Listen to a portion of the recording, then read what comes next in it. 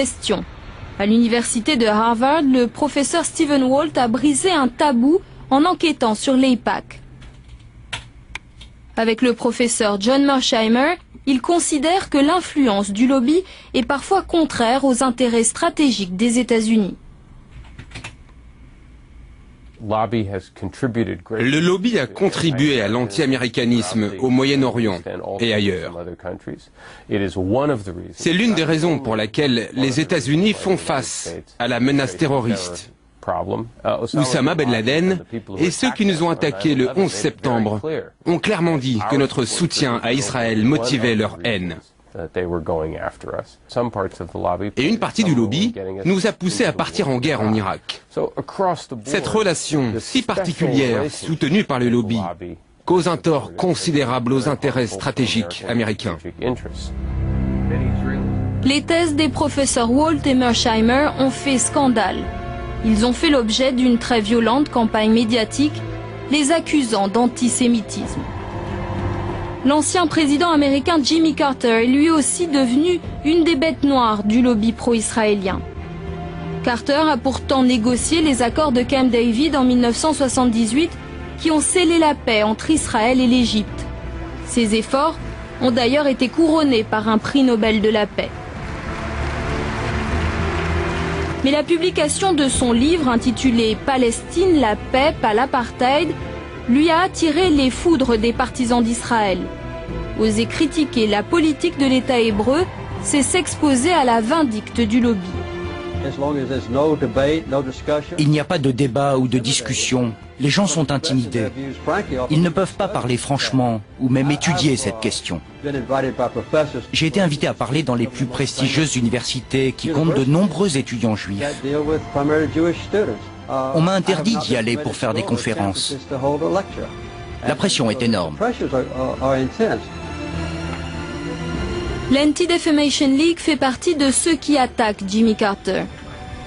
Son président, Abraham Foxman, ne mâche pas ses mots. Nous avons un problème avec Jimmy Carter. Il est intolérant, partial. Il est tellement acquis au récit palestinien qu'il frise parfois l'antisémitisme. Dire qu'il y a un lobby juif qui contrôle la politique américaine, c'est du sectarisme. Certes, cela n'enlève rien à ses efforts pour la paix. Il a reçu un prix Nobel pour cela. Mais les gens peuvent changer. Je crois qu'il a un problème avec Israël et les Juifs. C'est son problème. La Maison-Blanche est bien obligée de tenir compte du poids du lobby qui pèse lourdement sur les négociations de paix. Ancien conseiller diplomatique de Bill Clinton, Robert Malley explique que la partialité des États-Unis ne fait aucun doute. Les États-Unis ont toujours dit clairement, depuis que les négociations ont commencé et avant, qu'ils étaient partie prenante dans le sens qu'ils étaient très proches d'Israël. Donc la question n'est pas une question de neutralité, pour moi c'est une question d'efficacité. Est-ce que tout en étant biaisé dans la relation dans le triangle États-Unis, Israël, Palestine, tout en étant biaisé, est-ce que les États-Unis peuvent être un médiateur efficace? Je crois que par moment dans leur histoire, ils ont prouvé qu'ils pouvaient l'être, et pendant d'autres périodes, ils ont prouvé le contraire. Depuis les accords d'Oslo en 1993, l'efficacité de la diplomatie américaine est en panne. Bill Clinton a tenté de pousser les partis à White River Plantation puis Camp David, sans succès. George W. Bush a parrainé les discussions de tabac puis la conférence d'Annapolis en 2007, sans plus de résultats. Barack Obama a lui fait rêver le monde arabe en promettant un État palestinien lors de son discours historique au Caire, il y a 2 ans. Assalamu alaikum. Ses origines musulmanes ont fait espérer aux Arabes un président plus attentif aux revendications palestiniennes. Son appel à faire cesser l'avancée des colonies israéliennes a eu un écho considérable. Les États-Unis n'acceptent pas la légitimité de la continuation des colonies israéliennes. Ces constructions constituent une violation des accords passés et portent préjudice aux efforts de paix. Malgré les convictions affichées, le président Obama ne fera pas mieux que ses prédécesseurs. Comme eux, il n'empêchera pas la construction de nouvelles colonies en Cisjordanie et à Jérusalem-Est. Car Barack Obama est un politicien en campagne pour sa réélection et les réalités de la carte électorale américaine lui interdisent de s'aliéner le lobby pro-israélien. On comprend mieux alors son rejet de la candidature palestinienne à l'ONU. La paix est un travail difficile. La paix n'arrive pas par des déclarations ou des résolutions aux Nations Unies. Si c'était aussi simple que cela, ce serait déjà fait. L'engagement de l'Amérique aux côtés de la sécurité d'Israël est inébranlable. Notre amitié avec Israël est profonde et solide. Et pour enfoncer le clou, Barack Obama pose après son discours devant les caméras avec Benjamin Netanyahou pour afficher l'amitié entre Israël et l'Amérique. Une amitié qui coûte cher. Chaque année, Washington verse plus de 3 milliards de dollars en aide directe à l'État hébreu. À Washington, le lobby pro-israélien veille à ce que cela ne change pas.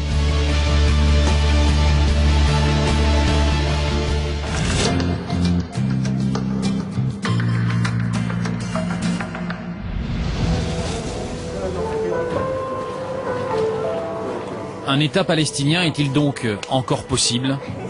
Il y a tant de questions sans réponse. Le partage de la terre, les colonies, le statut de Jérusalem-Est. Et puis un autre problème crucial, celui des réfugiés palestiniens. Officiellement, ils sont 4 800 000 recensés par les Nations Unies à travers le monde, des descendants des Palestiniens chassés de leur terre en 1948, lors de la création de l'État d'Israël.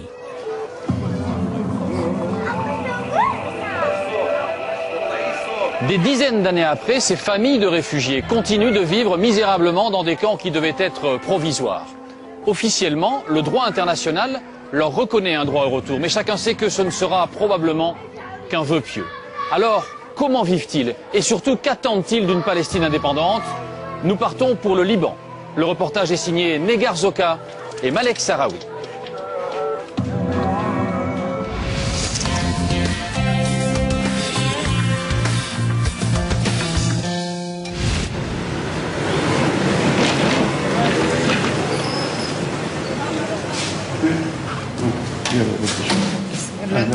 Elle a ouvert les yeux il y a 1 heure dans un hôpital de Beyrouth. 3 kilos d'eau d'innocence et pourtant elle est déjà un problème pour Israël et une charge pour la communauté internationale. En tant que petite fille d'un réfugié palestinien, Hanan est de facto considérée comme une nouvelle réfugiée palestinienne. À ce titre, elle pourra réclamer un droit au retour sur la terre de ses ancêtres. Au Liban, on recense officiellement 425 000 réfugiés palestiniens. Près de la moitié d'entre eux vivent misérablement dans des camps surpeuplés, certains depuis plus de 60 ans. Même les plus jeunes, qui n'ont connu que le pays du cèdre, espèrent pouvoir un jour retourner en Palestine.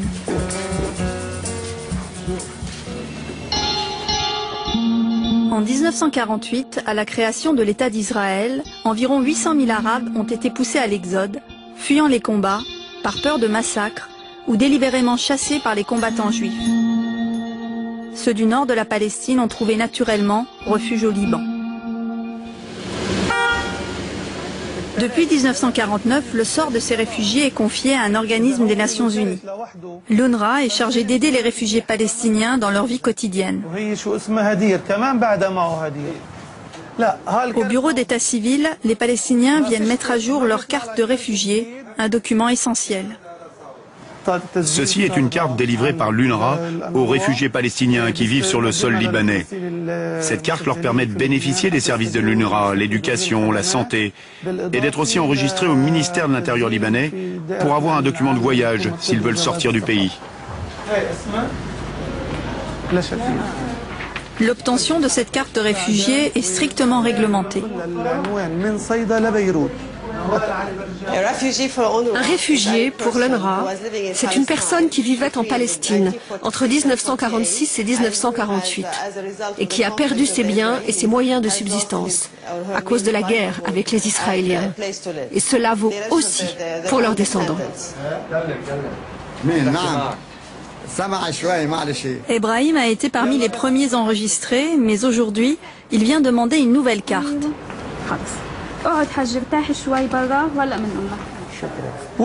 Comment est-ce que tu as perdu ta carte? Je suis sûr qu'elle a été lavée dans la poche d'un pantalon. Personne n'a osé me le dire. T'inquiète pas, Hadj, on va t'en faire une. C'est quoi ton village d'origine? Les rois des Arabes à l'époque, ils nous avaient dit qu'en 1 mois et demi, ils jetteraient les Israéliens dehors et qu'on rentrerait chez nous. Alors on est venu au Liban. Et depuis ce temps-là, on attend qu'ils tiennent leurs promesses.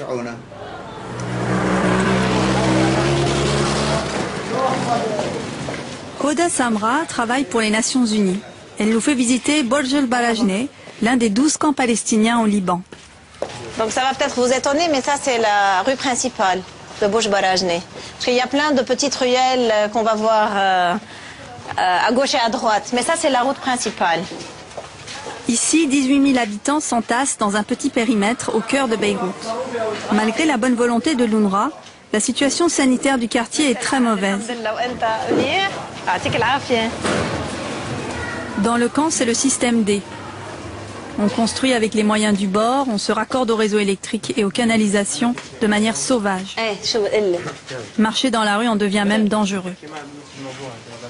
Il y a tout ce que vous voyez ici qui est fait d'une façon complètement, je veux dire, anarchique, chaotique, ce qui fait qu'il y a très souvent des cas d'électrocution très graves. L'année dernière même, il y a 13 personnes qui ont été mortes électrocutées, ici même, là où on se tient, là, dans ce point-là. Même s'il n'y a aucune barrière physique pour délimiter le camp du reste de la ville, on y vit en circuit fermé. Ça, c'est le marché. Oui. C'est le seul marché du camp. Les réfugiés s'y approvisionnent car les prix y sont bien plus bas que dans le reste de la ville.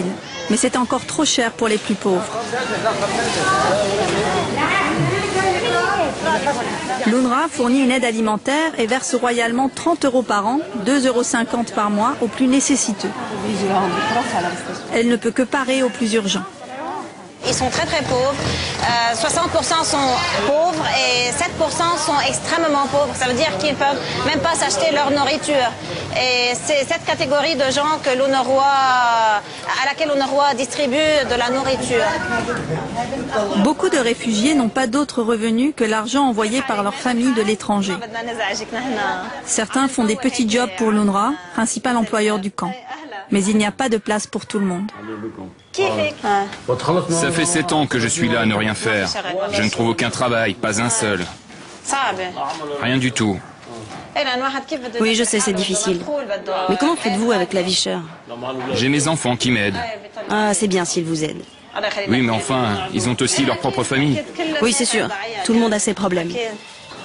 Moussa Mohamed et sa femme Safia ont élevé leurs 5 enfants dans ce 2 pièces qu'ils ont construit eux-mêmes. Ils n'ont pas d'eau potable et n'ont que quelques heures d'électricité par jour. Ils ont vu les conditions de vie dans le camp se dégrader depuis 40 ans qu'ils y vivent. Ce camp n'était pas du tout aussi peuplé. Mais aujourd'hui, les réfugiés du début ont des enfants et des petits-enfants. Et où voulez-vous qu'ils aillent? Personne ne peut payer des loyers à l'extérieur du camp, puisqu'il n'y a pas de travail. Les célibataires finissent par se marier, et du coup, chacun construit un nouvel étage pour ses enfants et pour toute la famille.